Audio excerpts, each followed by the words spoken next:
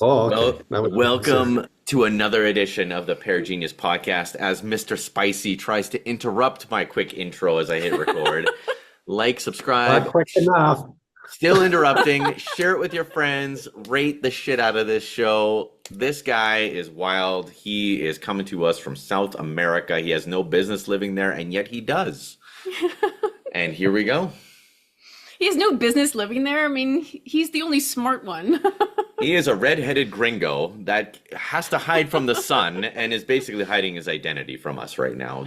He has zero business being where it's hot. I Tell me got I'm pushed wrong. out. Yeah. Nobody wanted me. Nobody was willing to join forces in the revolution 4 years ago that needed to happen. So it's like, okay, guys, I get it. Good luck. Some of us had to stay behind and fight from the trenches. I'm doing the best I can, Yeah. Well, back 4 years ago, they would have pegged us off one by one anyway. So I right? maybe think the they were time. trying to. Dude, some days I think it's a losing battle. It's amazing how many people defend communism here in Canada. It just honestly boggles my mind. I would love to talk about boomers with you. I had a big beef like yesterday with like, we're Gen X, right? I think Gen X is Yeah. pretty cool. I like the reputation that Gen X is getting. It's actually like that don't give a shit about anything kind of attitude. And I think that's pretty close. That's pretty accurate. It's probably why we haven't pushed um, boomers out the door. Like these guys should have been retired and gone. What seems like a long time ago, and they're just holding on to every chunk of every thread of power that they can. Like these old monsters, especially in politics, it's bananas. Yeah. Well, in the real world and not in the politic world, I think that a lot of them are figuring out that they can't retire unless they want to reduce their standard of living, Hmm. you know? So they just work till they die. I think that they've been programmed to do that anyway, but we're different. Which is funny because they've all bought their houses for like $3,000 or $4,000 and a bale of hay, and now houses are what, $1 million, $2 million? It's crazy. But they were all tricked. Hey, you can live a good life. All you have to do is get a line of credit out against your home. What could go wrong, right? So then they all got themselves in debt again, and Oh man. Yeah, I don't want to paint everyone with the same brush, but I was having a day yesterday where people were just driving me absolutely crazy. I'm just like, "Oh, when are we going to have our time to shine?" I have to say though, I think the boomers were kind of in this magical time where they weren't fighting in World War One. Our parents immigrated to Canada, and they were able to buy a house and a car and raise a family. And did they really have to fight for anything? Whereas our grandparents were in the wars and in the depression and they were fighting for things. And now when we ask them to step up and help us fight for a better Canada, they're like, oh no, we're just going to go with what the government says. We're too, yeah. Well, we're like almost out the door. their fight was breaking free of the illusion, right? Like they were sold a lie. They said, as long as you follow the Leave It to Beaver formula, you're going to be successful and happy, and this is how you live life, right? And then most of them just kind of buried who they were. None of them had any sense of who they were or any sense of authenticity. They just kind of followed the formula, I, and I then they guess they tried were to, well, I guess they were kind of the first dynamic where the husband and the wife started working, both of them. yes, right, And then that's what right, screwed up Gen X, right? kind of, yeah, right. So and then this lie started to unfold. People started to realize that they just didn't fit into that mold. Some people do, and that works great for them, but our generation, we saw all kinds of stuff, right? We saw like our parents working hard for the man, only to be like shit on at the end of it and just discarded. There's no loyalty, there's no nothing, right? So for Animal us, it's Farm. okay, yeah, yeah, like relationships are a mirror, right? So we're not going to stay in that abusive relationship. It's like, okay, you want to treat us like shit, okay, maybe we'll figure something else out, or we'll just like live poor, or we'll just, who knows, just be vagabonds, just do whatever, but have an attitude with it. Well, before I got into my rant, I realized now that I forgot to introduce Mike properly. Oh, Who the hell is this guy? Mike Spice lived in Manitoba with us, and our daughters were best friends, and then we knew him, and then you guys came and you visited us, and then during COVID, you guys managed to escape crazy Canada and get to Peru, and you wrote a book about Dungeons and Dragons, and you do like all this wild writing and all these cool things now while you're living in Peru and fighting the Canadian government. And holy smokes, man, you're one of the wildest people I know. And you like lived in Costa Rica during the .com internet boom and everything. You're wild.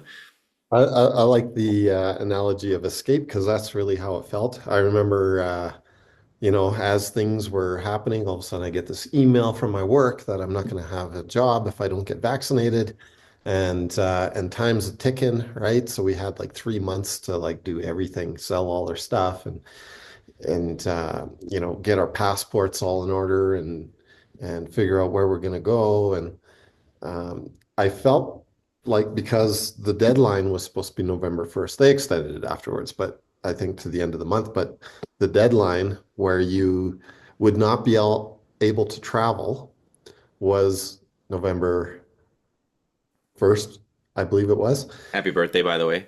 Yeah, oh yeah, thanks. And October 27th, everything just magically came together. We were able to fly out of there. And, I almost felt like I was in one of those movies where you just hop on the plane, you're running, you hop on the plane takes off, and the whole land beneath you is just exploding and collapsing. That's kind of the sense that I had. It's true because you were escaping the Iron Curtain. Yeah. And it makes me insane when people say no one forced you to get vaccinated. Oh, yeah. No one Well, forced it you, depends on your definition of force, I guess. right? Is COVID force, right? Like, Right? yeah. When you're Like, getting emails saying that you have to take this shit and put yeah. it in your body or you don't have a job, to me that seems kind of like a gun to your head.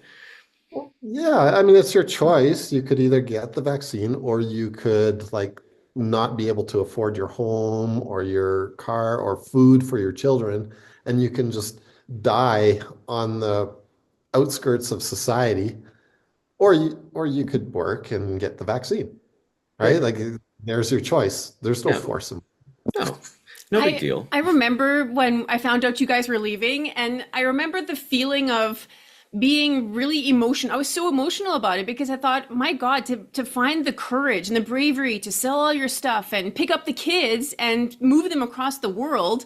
It was something that so many of us wanted to do, but didn't have the gumption or the courage or the means to do it. Mm. So I Yep. was really inspired and emotional when you left.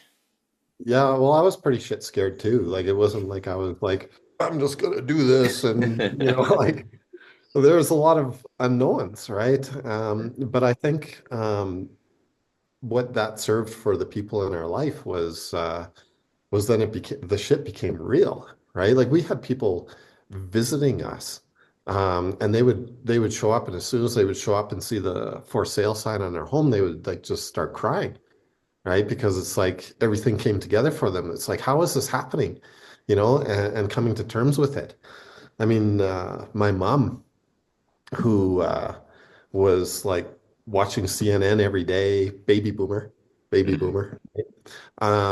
She was like just so panicked that we didn't get vaccinated and our children didn't get vaccinated. She was saying, you can't come to our home, like you can't see me, you don't bring the kids. And she was angry and she was screaming into the phone, get vaccinated. What are you doing? This is serious. But when like it was the day before we were leaving, she called me and she said, I see it now, Oh you wow. know. So it's like, these events really, I think we all help each other to like come to terms and start to see the reality, right? It was like we're just kind of living in like some sort of apocalyptic movie, but some days it still feels like that, right? But And it's totally not I told you so. Like I never feel like, oh, I'm screaming like I told you so, I told you so. I was right the whole time. oh, It's my heart hurts that, I did the best I could. I wasn't screaming in people's faces, but I was doing the best I could to be as anti-government and vocal about these things while everybody pressed back, the 99% pressed back at me that I'm crazy, that I'm a conspiracy theorist, that I need to do what's right for the greater good, which is total insanity. Killing yourself isn't for the greater good, in my opinion. No.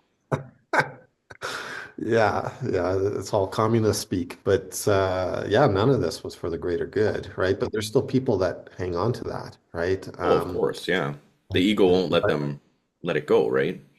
But I remember in the early days, right, when we used to like start speaking out against the narrative, just get piled on by like so many people. You feel so alone. You feel like you're the crazy one, right?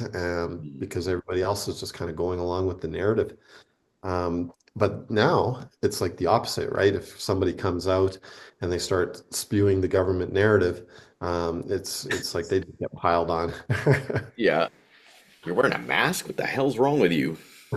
Yeah, wearing a mask in your car and you're like on the prairie somewhere, there's not even another car in sight.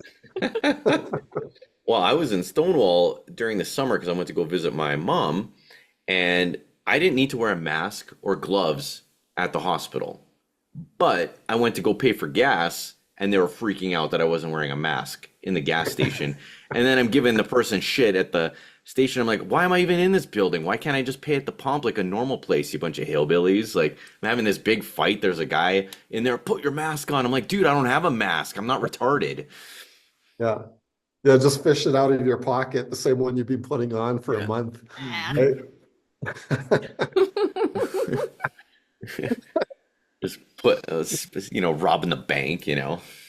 Well, to this day, like I still see like people post on Twitter, they say, what's the craziest rule that you can remember from COVID, right? Like looking back at it, right? Like anybody with half brain, they look back at it and they're just like, it was insanity, right? Like there were so many things. It's like like, oh, you got to wear your mask when you go into a restaurant as long as you're standing, but as soon as you sit, you can take it off. Like, Yeah. explain that to me. Like, just really walk me through the scientific evidence of that, right? Like, Oh, it's all virtue signaling. And people hate it when you say that, but dude, it's all virtue signaling, all of it. Even when yeah, I was wearing a mask, I knew that I was just virtue signaling. I just had a dirty, crappy mask in my pocket. I just called it lucky. And I just let it get as nasty as possible because I just wanted to show everybody like this is your science. This is totally yeah, fake. yeah, yeah. It gives purpose and meaning to people's empty lives, right? I'm doing the world a service. It's for the greater good. You know, I'm not a granny killer. I'm gonna get vaccinated. It's like, yeah, well, you weren't a granny killer before. You don't have to prove that, right? You don't need to get vaccinated to prove that you like your grandma, right? Like, Oh, but exactly.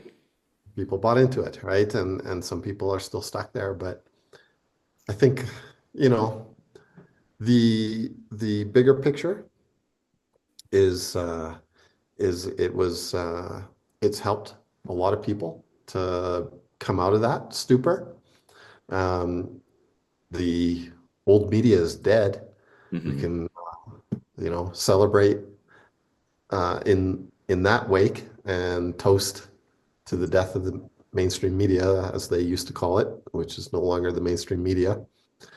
And we're seeing a new era, right? Like podcasts, right? If people want to get elected, if they want to get their message out, it's through podcasts, right? We saw that with the Trump election. Yeah, I was actually on a podcast yesterday, and they were calling for me to become the next Prime Minister of Canada. So I actually thought it was a pretty good idea. Oh, hey, I'll vote for you as long as Jordan Peterson isn't running alongside of you. You're right. Right. No, no, nobody's going to be bought and paid for. It's just going to be a bunch of us reluctant leaders. Okay, You I'll guys do it. have a really, you guys are protected somewhat because you have Daniel Smith there, who really seems to be like a real barracuda when it comes to knowing how to take the reins and walk the path that needs to be walked. Um, Come hell or high water, she doesn't care what the federal government is saying. She's probably the only one that can actually make a deal with Trump at this point.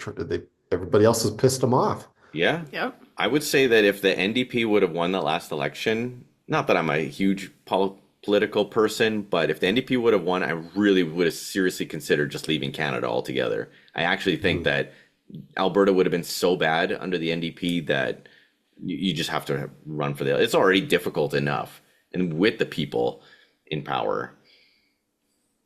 Yeah, I'm actually surprised you guys are still in Canada. You guys, Me too. oh, and you guys have jobs that you could take anywhere. Like, you could, yeah, I you mean, could multimedia anywhere. the problem is that I feel like we missed our window. If we would have done it, it would have had to have been a few years ago because now the kids are so settled and rooted. Elora has a very serious boyfriend. Emma is finally comfortable at school. Like, I feel like it would have to be really bad for me to uproot them at this point. Yeah, Or now I just wait it out because in a few years we can decide to go and they can stay if they want to. yeah, that's actually really sensible. You know, It so was I'm it was very disruptive on our kids, and they were younger, right? It was really there was like now we're over 3 years here in Peru, and now finally everybody is just kind of feeling settled, right? Our youngest, Emmy, which is Emma's age, uh, who's very social, she was probably the most adaptable. She was able to learn the language very quickly. She was wanting to go to school. She was fully embracing the experience. But our son, River, he was like holed up in his room for a long time, just waiting to go back to Canada. And there was I mean, it's not easy. That is a very sensible approach. I just hope that Canada doesn't implode before you guys can do that. But yeah, yeah, definitely. that's the It's hope. very hard. Yeah, those are hard years. I completely understand that. It's But yeah, I'm very sure that what we're trying to do now is kind of get some our money to make money because that is something we have not figured out. But if we can just get a little bit of a system in place so that in a few years when we're ready to have a house somewhere else, like there's just a couple little pieces that need to come together while the kids mm, are anchoring us here. So yeah, no, uh, and that's gonna feel like it comes in a blink of an eye. Like I can't believe how fast 3.5 years have gone for us. It's just right. unbelievable. Yeah. Yeah, it feels almost longer to me. I for some reason I thought you guys were gone for like 5 years, but that 3 to 5 years is kind of that sweet spot where you start to really feel like you're home. So I think Yeah. that you've kind of got through the toughest parts, and now, and I'm Mhm. excited. I'm excited to see what happens for you guys on the adventure.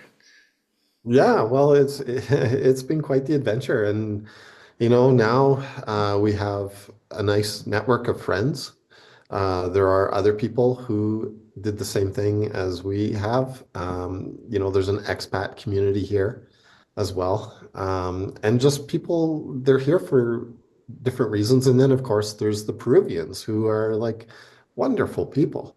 They're just, I mean, of course, it's just like anywhere else, right? But it seems like we've really managed to attract people who understand where we're coming from. A lot of people here, it was different here in Peru, like when we first got here, like they were wearing like two masks on the plane, and we were like, oh my God, like everything's gonna be double here. Um, Double crazy. and they had like these signs on their restaurants and stuff that you need to have your vaccine to come in. And we would go in there and we would be like, we don't have no vacuna. And they'd be like, oh, está bien, no policía cerca de aquí, right? Like there's like the difference between the Peruvians and the Canadians is the Canadians will rat on, they were more than willing to rat on their neighbors. Oh, Katia and Alex have somebody over. oh, there's somebody eating at that restaurant that's not vaccinated. Hmm. Here, they say, oh, yeah, yeah, yeah, everybody needs to be vaccinated. And as soon as the authorities are gone, they're like, okay, okay, come on in. And that's the way We it should don't, be. we don't need your vaccine. Yeah, that's the way it should be, Yeah. right? The way Because it you're not in should a be. communist country, or are we? Exactly. Exactly. And I don't care what people think. If you bought into that narrative, well, you're on your own journey. Good luck with it.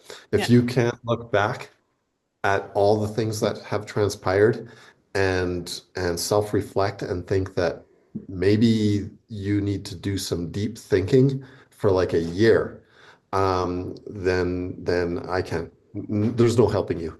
Right. I think China would be a better fit for them, you know? Well, I mean, think about Manitoba was brutal. Like everybody actually believed that if nobody left their house for a year, that everything would be better. Yeah. So they wanted to comply themselves out of tyranny, right? Right. Never before in history has that ever happened. But if we just be good subjects and we do what the government tells us to do, it'll all be over. Well, and the news is not doing anybody any favors saying, "Oh, this group of people had a wedding or they had went to a funeral and all of a sudden COVID broke out and there's this huge spike in infections and we're all dying." The news is like pointing this hatred at these people that Yeah. ruined it for everybody because everybody was being such good boys and girls staying at home for a year. We would have had our freedom if it wasn't just for that one person who went to Right. Yeah. the.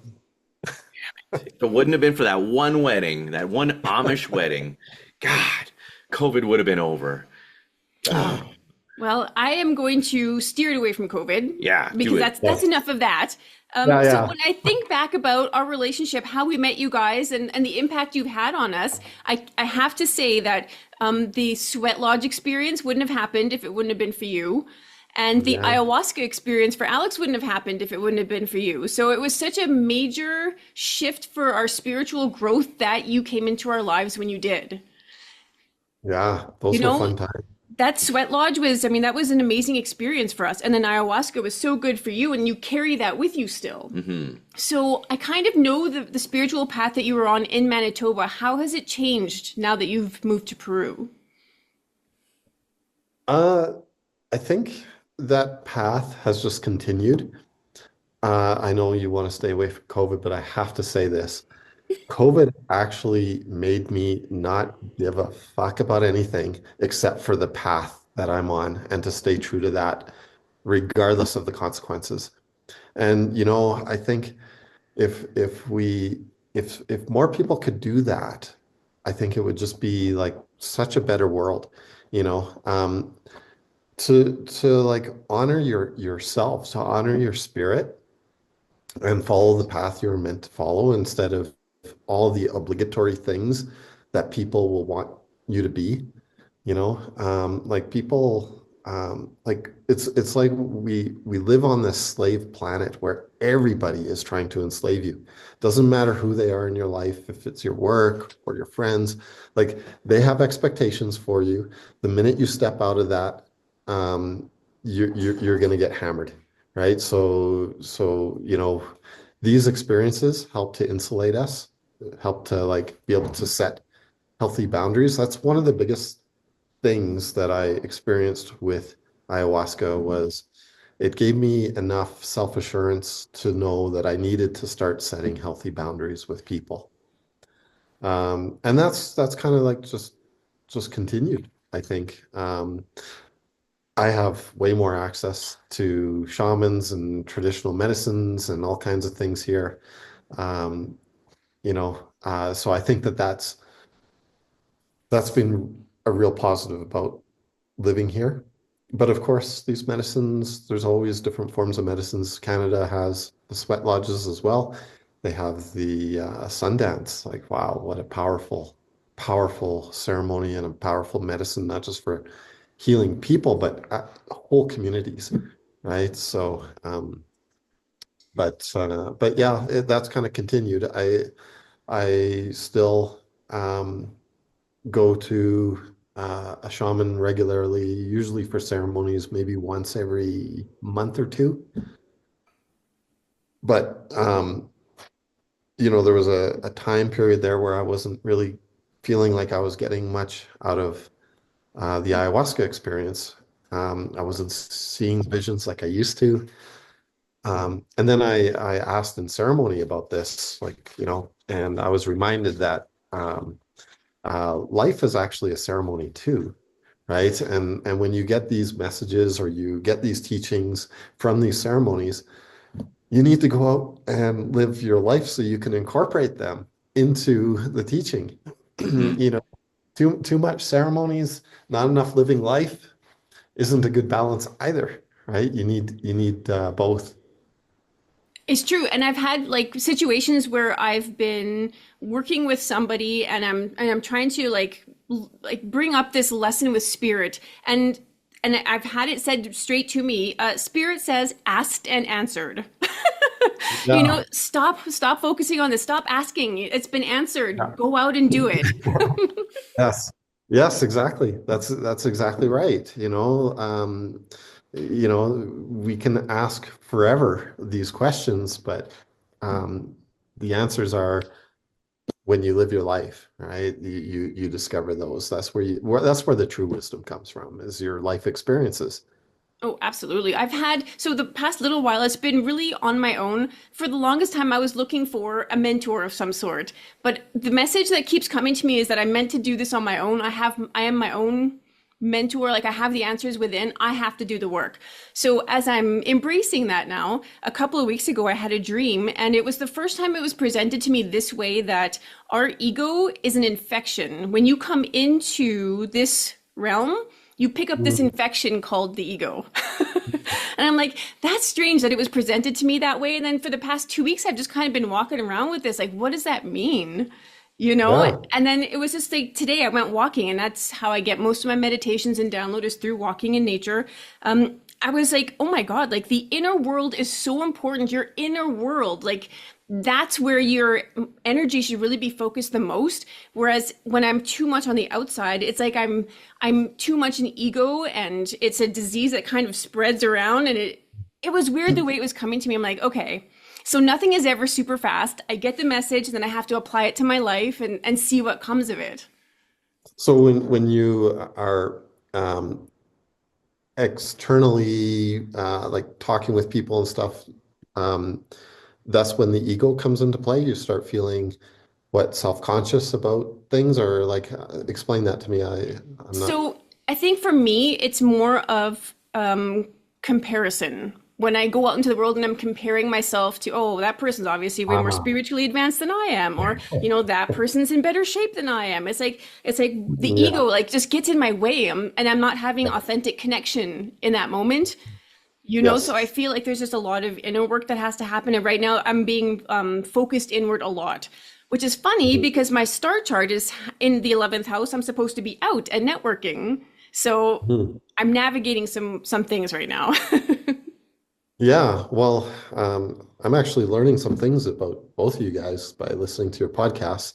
But I know Kati, you're very into like astrological signs and of course, with every aspect of the human spirit, there's always that shadow element, right? And I think both you and I are both Scorpios. And one of the shadow elements of Scorpio is like jealousy, as an Mhm. example, right? That doesn't necessarily mean that we're enslaved to jealousy for our whole lives. It's just one of the things that we need to tackle, right? As Scorpios, revenge, that to fight that feeling of putting our stingers out is another one, right? But anyone who has these signs can eventually like get rid of those shadow elements, or I shouldn't say get rid of them. It's more about like the Jungian integration, Yeah. right? We Hmm. integrate them, and then we learn to accept this about ourselves, and then they don't hold the power that they once did. Yeah. Definitely. That's what I loved about your book too, is that your Dungeons and Dragons book was all about you're going out into this adventure, but you're also discovering who you are in the Hmm. process. I think that that's just fascinating. Even if you don't like Dungeons and Dragons, I think that the whole hero element of your story is perfect. To me, it's perfect. Yeah.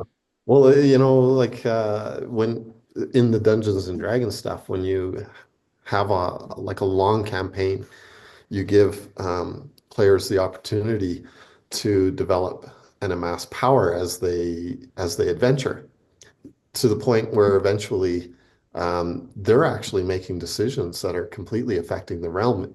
And then it's like, what kind of decisions are you going to make, right? And it kind of taps into this human element of, you know, like power, absolute power corrupts absolutely, right? So, and it's like I see um, people when they first start out, they want to be the hero, but then as time goes on in the campaign, it's like who you siding with, right? Like like they're starting to make decisions based on what benefits them instead of It's interesting what people will say who they are at the beginning of the journey, but then when the yes, chips are down and yes, things start getting amplified and you've yeah. accumulated this wisdom and this power, are you still the same person you were a month ago or a year ago? Are you a totally different person?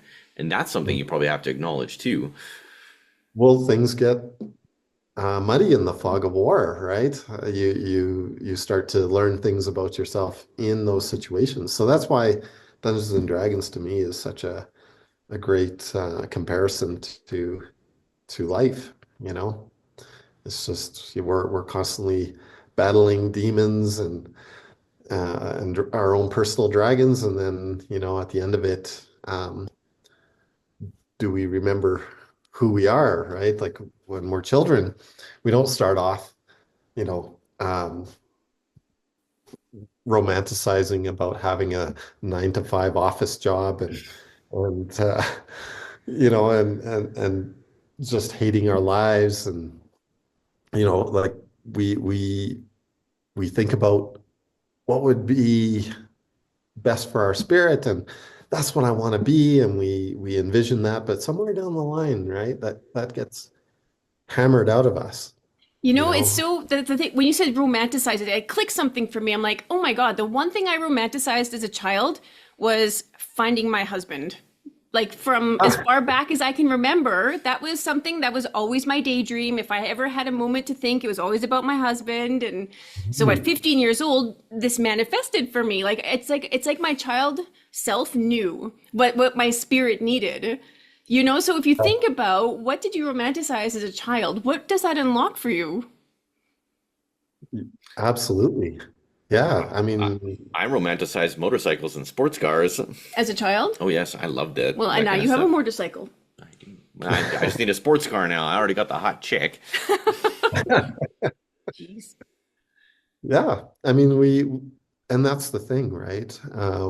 Is that your point, Kati, was that you were focused on it, and that came to be, right? You were able to manifest it, and I think that ultimately, what other people are competing for, like the media and governments and corporations, they're competing for your focus because they know that you could manifest whatever you choose. So they want to use your manifestation power for them instead of you using your manifestation power for yourself. Mhm. And I Yeah, think that that's that is exactly the right. trap. That's why they call it Yeah. programming, right, on the TV. Yes. Well, that's Absolutely. but that's why I love inner child work. I love getting back to my inner child and connecting because like your childhood self is so close to spirit. Yes. Before the effects of the environment and family and friends kind of distorts you, you're so close to what you came into this experience wanting. Yes. And I find that it's so important to have that inner child connection. Yes. You're so much more of a pure essence of your true self, and you're right. Just coming from spirit, you still have some recollection of that, and then over time, you just kind of get people just kind of get beaten down until before you know it, you're wearing a mask and calling the police on Katie and Alex because they have a friend over. Right. It's interesting how much of a role our parents play in our programming, or trying to mold us into who they want us to be. Yes. I don't know if you ever noticed that as a child. Yeah, well, we had baby boomer parents, right? And there was a lot of, well, on the one hand, there was lots of concern, right? Like they were always like, oh, you got to follow this way, you got to do this and that. Hmm. But we had a lot of, like, I don't know about you guys, but I had a lot of freedom. Like, I would I had be on my freedom. bed. Yeah, like we weren't stuck inside like the kids are today. Like we never well, we had the video games, but mostly we were like riding our bikes with our friends and we would come home. Like the rule was generally be home by dark, Hmm. right? And that's when we would come home. Like we, you And the know, beauty of Manitoba is it's not dark till 10:30, so exactly. we were out all night partying. Yeah, exactly, right? So, yeah, I think, somewhere down the line the formula kind of got muddled and we figured that out, right? That we didn't want to live by that formula. Our lives are not formulas. It's for us to figure out, not for other people to tell us what the formula is. And you know what? I think that as scared as we are that the kids are in the institution of school, they're hearing enough at home that they're able to say, now, wait a minute, this doesn't make sense. I don't want to do that, which is really all I ever wanted. You can still choose to go to school, but I still want you to be able to think for yourself and feel it in your body if it feels right for you. Yes. Thinking for you, like free thinking is something that they don't teach in schools, right? And we all know that, right? But I guess it's like how do you get your children to like be free and independent thinkers, right? I think the only way is to kind of model that, right? And Yeah. and and have that all kinds of conversations at the supper table or whatever, about, what do you guys think of this? And why do you believe that? Really challenge because I think we really need to challenge our beliefs always because we're always subject to the programming, especially in today's day and age where like, you go on YouTube or Twitter and it's got your algorithm. So it knows exactly how you think. And then it goes, oh, Alex would really like more flat earth stuff. So I'll, just confirm his belief in that, right? It's interesting. I And was talking about this the other day too. It's like the algorithm shows you what you think is the truth, and then it kind of stops you there. And yeah, then it really is up to you to keep going, to keep pushing and right. keep looking and digging into things. And because it's weird how technology and your own brain know that once you kind of get settled on something, you'll kind of get married to it, and then Yeah. that's all of a sudden your foundation, that's your structure. And who knows, like in 10, 20 years, I might believe the exact total different thing than what I do right now. Just like 20 Exactly. years Yep. ago, I would never say that I believe half the things that I believe now. Yep. I would have to agree. I'm the same way. Right. So, but they get like the universities and the the media, the politicians, like they're really like focused on the younger audience, right? Because then, they're much more married to their belief systems. Whereas like I welcome the debate. Show me where I'm wrong on what I'm thinking. I'm okay with that. But it seems like and maybe it's just a function of age and wisdom, right? Because when I was younger, maybe I was more like that as well, where I had these beliefs and but I think it's always really important to do exactly what you're recommending, Alex, to always push yourself beyond the algorithm. Yeah, and in that list of places that kind of keep you in that stagnant state, I think that the church needs to be added to that because they tell you that this is the belief, this is the only belief, and anybody else who doesn't believe this is wrong. You Mm. know, and then so then you're just stuck in that. Whereas if you understand that a belief is there to serve what resonates with you in the moment and that it can very easily adapt and change and flow, you know, you're living a more flexible life. Yes. Yes. And like I think there's a lot of people that kind of pick and choose, because there's also that bias, right? It's like, well, I believe this from the Christian belief, and I believe this from, Hinduism, and I believe this from indigenous, and maybe that's okay too, right? Like to not be like confined to that, but like pick a belief or like have at least have like a belief and follow it, right? Yeah, there's Uh, nothing wrong with somebody having a certain set of beliefs, living an incredible life, having all the things that they want, the family, the health, and their beliefs could be totally different than mine. But if their beliefs are serving them well, who am I to tell them that they're wrong?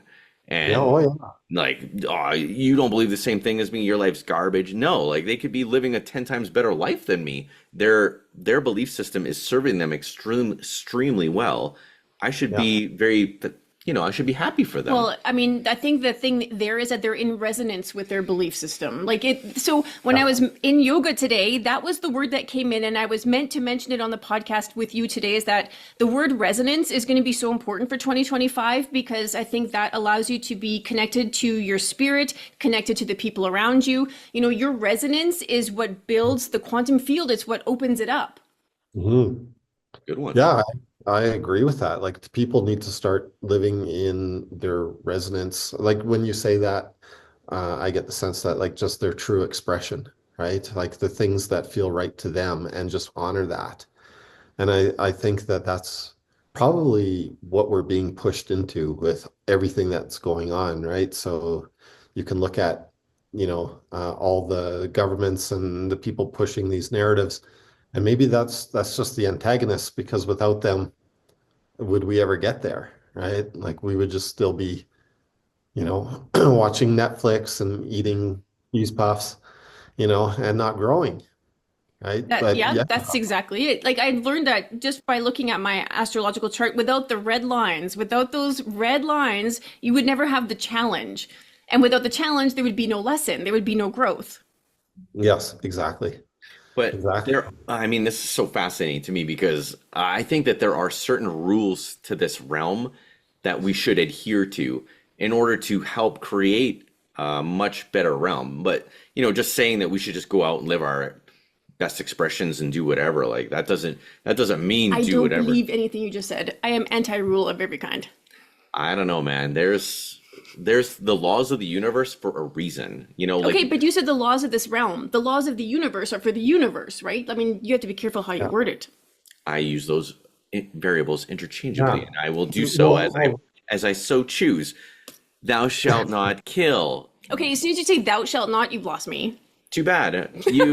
You know what? It's like Grand Theft Auto. If you start killing people, all of a sudden your star rating goes up, and the more heat you get, the more the world comes for you. There will be a price to Can pay. I just say, if Sure. those rules were never written, I still would know that anyway. Anytime I yeah. can connect to myself, that within me says killing somebody would feel bad. Right.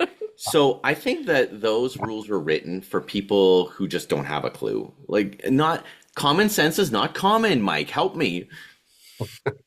The common man doesn't know these things. That's why these rules got written. We are not common. No. No, but I like, going back to the distinction, I do think that this realm, this specific world, was designed for to enhance specific frequencies in our growth, Sure, and yeah. that there's other possible places where we could go. But if you're coming here to to overcome a couple things. One is the shame of existence, you polluting carbon, virus spreading, whatever you are, and all the other stuff that you have to deal with. Like, well, it's almost like from the get-go, right? Mhm. As a child, we're all like, we're bad. You need to change, yeah, and Right. you know, it's relentless here, right? The other one is the fear of being alone, the fear of abandonment, right? Always feeling like because it is like an existence where you're observing everything from a point of singularity, which is really helpful for like growth because everybody has different perspective and everybody can share that perspective. But it's really isolating as well, Mhm. right? So those two things.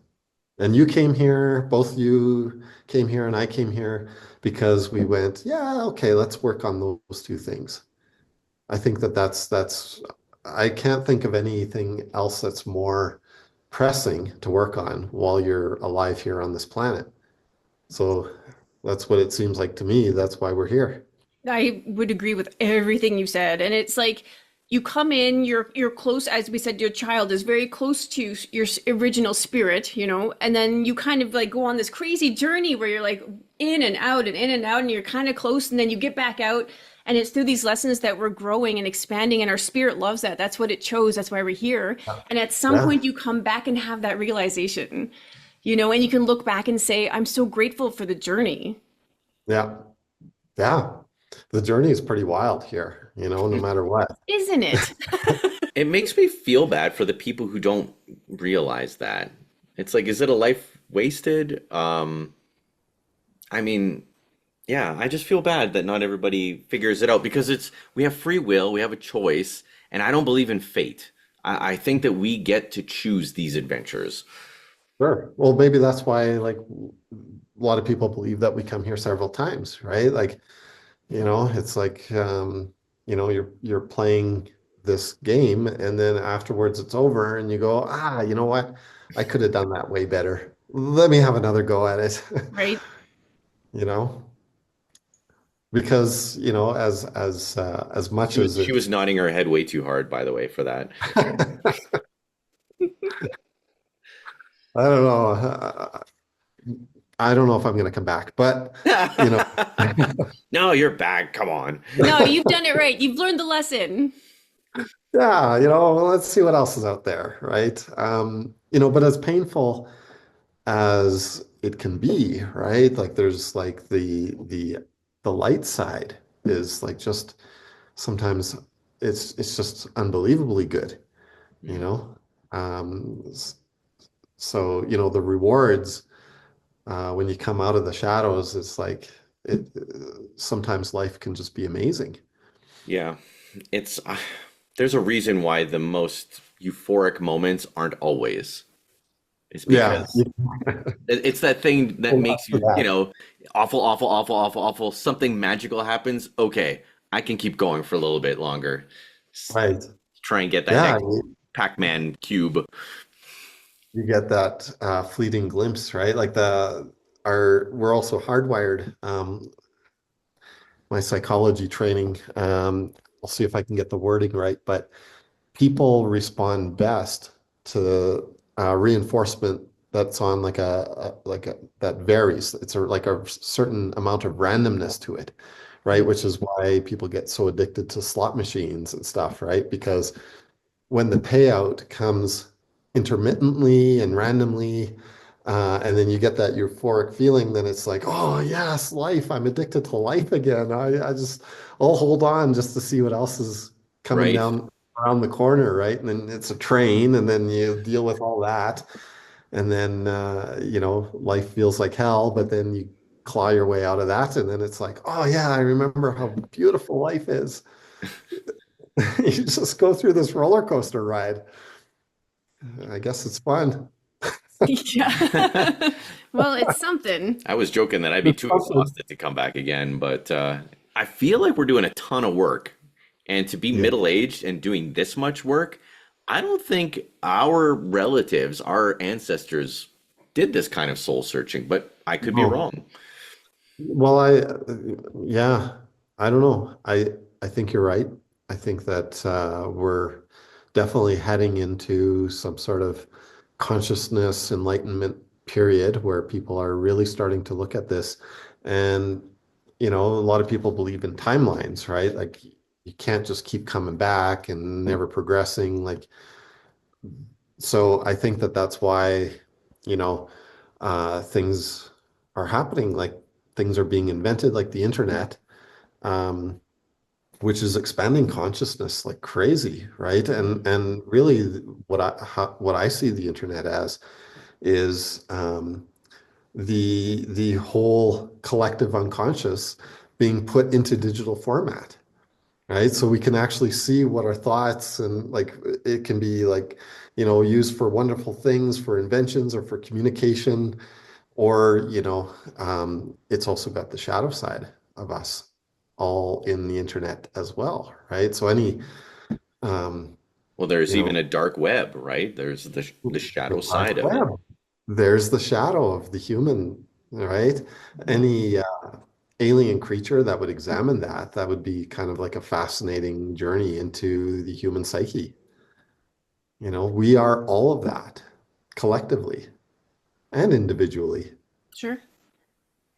It's wild what some people choose for their adventure. Well, and it's in the intention of how you use it. I mean, people are like, "Oh, AI is the devil." I'm like, but it's in your intention on how you. I mean, AI was created for certain things, and it can enhance your life. It's how you choose to use it. Yeah. Yeah, well, I guess people are always threatened by technology, and it always and it has been kind of putting people up against the wall, eliminating jobs, making like the artists have a good point. It's not like it just got there. It's not a sentient being, although I have my doubts about whether or not it could ever attain sentience on its own, because it's always at the mercy of whoever's programming it, you know. Mhm. Um, and but by the same token, maybe we have those limitations too. Maybe, I don't know, but definitely AI is going to be interesting. I tend to think that if AI actually achieves sentience, then it should be able to like read all the books throughout history and understand how human societies are organized and come up with the ideal solution, which would be to probably its first goal would be to eliminate central bankers Oh, and definitely. get, Yeah. you know, like, but, that's only if it wasn't truly programmed. If it was truly sentient, it would probably do some really rash things, but it probably would be benefiting humanity in general, you know? Yeah, for me, I think that it's a great mimic. I think that it will Yes. never feel emotion. It will never feel love. All it could do is try to mimic Yeah. or logicize love Yeah. or emotions. We do have a human word, like a word for that, and that's psychopath, right? People who mimic emotions and do what they think they should be doing in any social situation in order to benefit themselves, Right. right? So if a guy is trying to sell itself, the best course of action would be to be a psychopath for now. Hmm. And really that's all it can be, right? So, Did you see that movie? What was it? Ex Machina? Did you see that one? oh, I think I did. I Yeah, think the I guy, did. I don't think you saw it, but this guy, he goes to this remote mansion and he knows what he's going there for. He's going to go meet this robot. And the experiment is the robot is its job is to convince him that it's human. And, no spoilers, but the robot does a pretty good job. And then see you later, Yeah. buddy. Yeah. But the robot Yeah. did a good job of convincing him that it loved him and that it was trapped. Yeah. But humans do that, right? Sure. People like convince other people that they love them, or, like people live a lie a lot here, right? Mhm. And so, yeah, it would probably be fairly easy. I mean, I can see some benefits too with AI. Like, there's a lot of lonely people out there, right? And a lot of people who could really benefit from just having some sort of sane voice, even if it's a computer voice, just mimicking humanity. Um, but the shadow side of that is sometimes we need people to not agree with us, and we need that tension in the relationship in order to grow. So I I think don't in know. the end, the Amish win. Like the colonies, the communities, the small communities, the living off the land. I really think that they had it right all along, and we're just headed towards this like thing where we have to escape these crazy cities, like escape from LA or escape from New York, and we got to get to the countryside and just try and live where the government doesn't bother us. Yeah, yeah. Good luck with that. Yeah, good luck with Right. that. Yeah. You They know, I found us think that good I and have looking cranny. I think I believe I know I believe that ancient civilizations, the Egyptians and Atlanteans and all these things that came before us, I'm sure achieved these monumental places of technology. Because sometimes you just can't explain the things that they know or did or built, or they must have had technology. And everyone, I have a really good sense of when something is going to be wrong. I can sense it. Like I knew day 2 into the pandemic something's wrong and it's going to be big, and I felt that deep into my core. When I think about AI, I don't get that fear. I Hmm. think that humans are going to take themselves out if anything happens. It won't be AI Yeah, doing it. true enough. It could very well. Like so far, I think you're right. It's been a pretty good tool for people, but like knowing people, knowing governments, like they're gonna like try to like figure out how to use it for all kinds of things, Yeah, that's right? really going to have to force you to use your own discernment and see what's resonant within you in terms of when the technology starts to come in, or there's government overreach with technology or anything else. It'll push us closer within. I think it'll backfire just like it did for the pandemic. Yeah. Well, that seems to be the reaction, right? That seems like with everything that happens, people just seem to be waking up more and more. So, and I guess that's the direction. We're in expanding our consciousness, and that's happening at a faster rate than any other generation. What you're saying about ancient um, civilizations, I think you would find a lot of things about Peru very fascinating regarding that. I know I would. Yeah. It's on Because the there's bucket some stuff list. that I look and I go like, like even the Peruvians, they don't have explanations. They make shit up, but really, one thing that can explain stuff is advanced ancient civilizations. Hmm. You know, if you just put that on the table, it kind of like, when it all of a sudden fits everything in the puzzle, but Yeah. nobody Oh, wants. to me, it's almost like common. To me, it's almost common sense that there were extremely advanced civilizations. They pretend that everybody was like a ooga booga caveman painting with their Yeah, own crap on a wall. And yeah, meanwhile, there's these incredible pyramids on different continents all over the world. yeah, And nobody's really acknowledging the fact that there was probably multiple resets where certain cataclysmic events happened yeah, and took out these people. yeah. That the end of the matrix, the end of the program. We got to reboot, start a new one, Yeah. you know? It's so arrogant to think that we are like the greatest of civilization Yeah. of all time. It's pretty arrogant. Yeah. And probably that was the shared belief always throughout history. Well, as we were kids, Right? right? Everybody Yeah. before us was dummies, and we were like the smart ones. Look at us with our TVs and our video games. Yeah, exactly.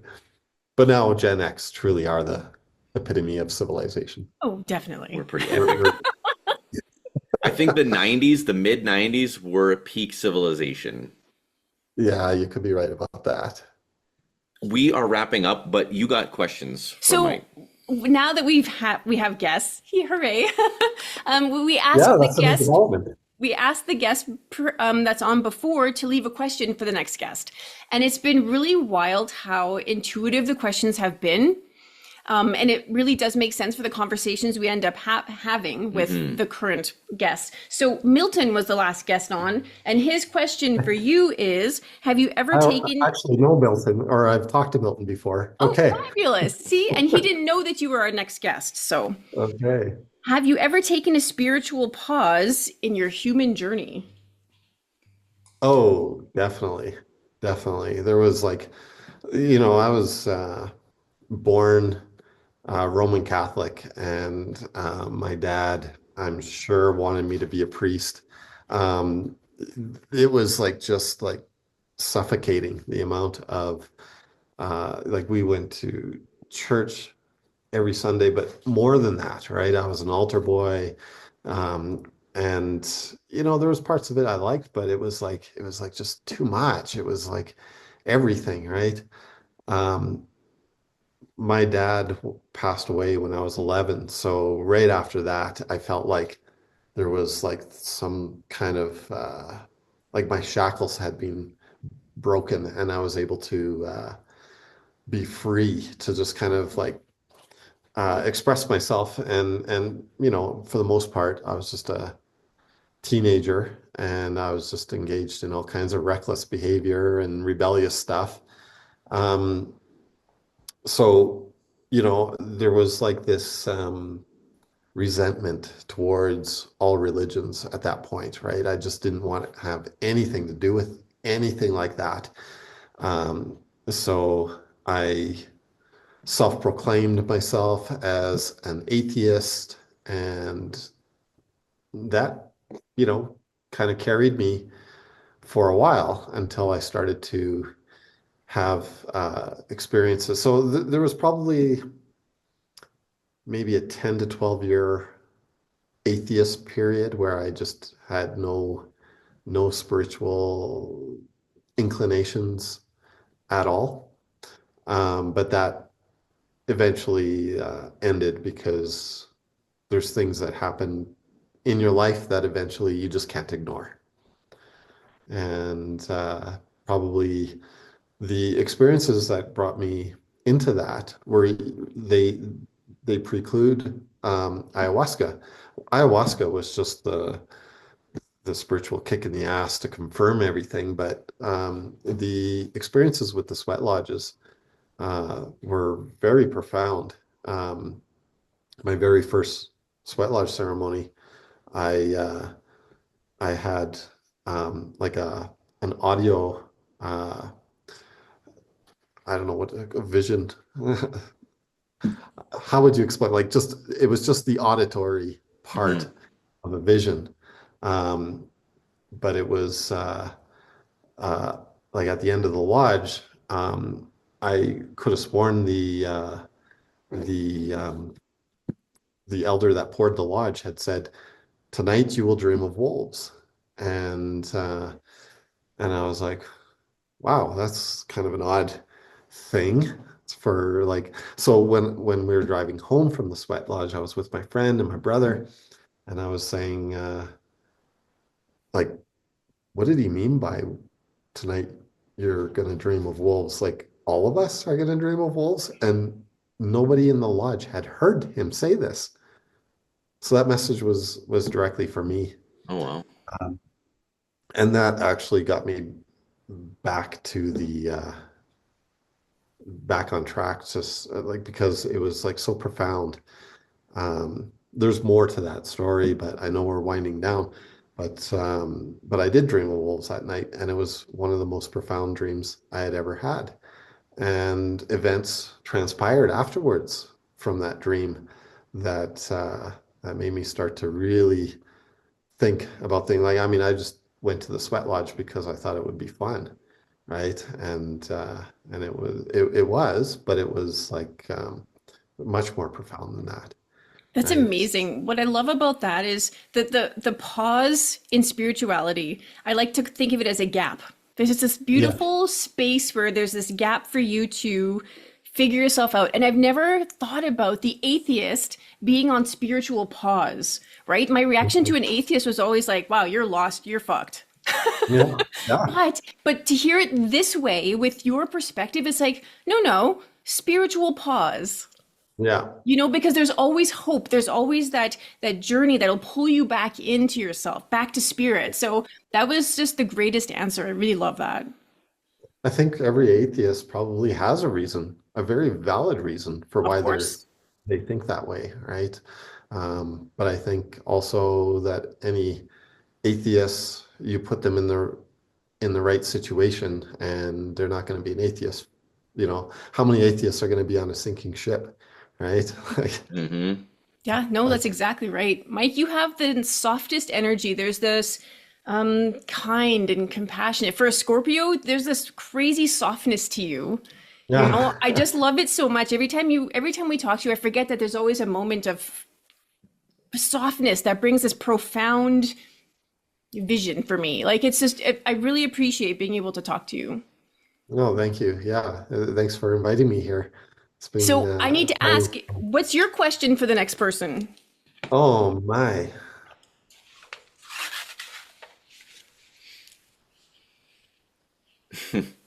What goals would they like to set for their next life if they come back? Oh, that's a cool Wow. question. Ha, nice. You'll have to tune in to see what the answer is. Yeah. What are their intentions? What would they set as intentions to come back to learn? Yeah. That's a great question. That is a life worth living, Mike. Your life is a life worth living. And I think that you've really taken life by the horns and have guided it to the places that have meant the most to you. So it's very inspiring. Well, I hope that one day to see you guys down here. And I know that you guys too are living the life that you want to live. You guys are so innovative.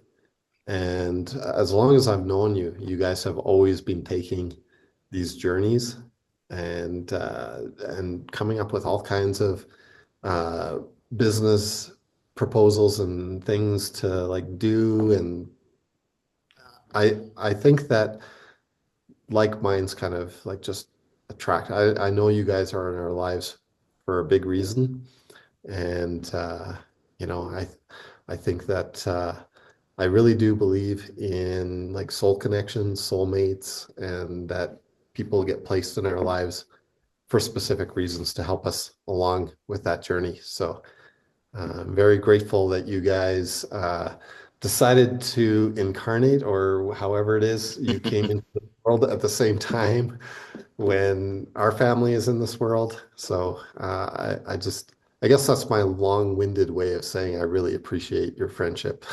For sure. Ditto. We're geniuses for knowing each other. It is interesting though, because I don't know if I ever told you this, Mike, but probably back in 2003, 2004, we were doing a little bit of National Geographic hunting of like bucket list places that we need to go. And Peru is probably on one of the, like, if not the top now of all the places. Like now that we've gone to Europe and done that adventure, I would say Peru is probably like the next real bucket list thing. And it's fascinating to us that you ended up there and, maybe we'll stay. You never know. You're gonna have a bunch of squatters living with you. Oh yeah, that would be so much fun. I know it'll happen one day. I know you guys will make your way down here. We will. Um, and now it'll be like the easiest travel ever. Um, we all speak the language, some of us better than others, but there will be no hard travel here. You guys won't have to take a risk at any of the restaurants. We'll be able to guide you to all the best places. We'll be able to introduce you to all kinds of people, and we'll be your translators. Cool. Because it'll actually be easier for me to teach everyone English there than for them to teach me Spanish. Yes. Well, they love the English speakers here for sure. That's cool. Well, thank you very much. Another great episode, right? An Yep. amazing Uh, episode. Thank you. So until next time, make sure you like, subscribe, and share with all your friends because, dude, how profound was this episode? Sweet. Absolutely. Okay, I'll start sending it out as soon as you guys have it on. We'll see you Thank you next so time. much. Thank you.